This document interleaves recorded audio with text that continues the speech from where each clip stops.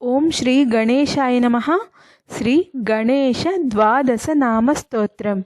शुक्लांबरधरं विष्णुं शशिवर्णं चतुर्भुजं प्रसन्नवदनं ध्यायेत् सर्वविघ्नोपशान्तये। अभीप्सितार्थसिद्ध्यर्थं पूजितो यः सुरासुरैः सर्वविघ्नहरस्तस्मै गणाधिपतये नमः।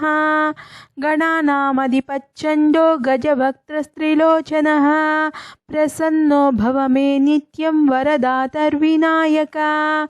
सुमुखच्चैकदन्तच्च कपिलो गजकर्णकः लम्बोदरच्च विकटो विघ्ननाशो विनायकः।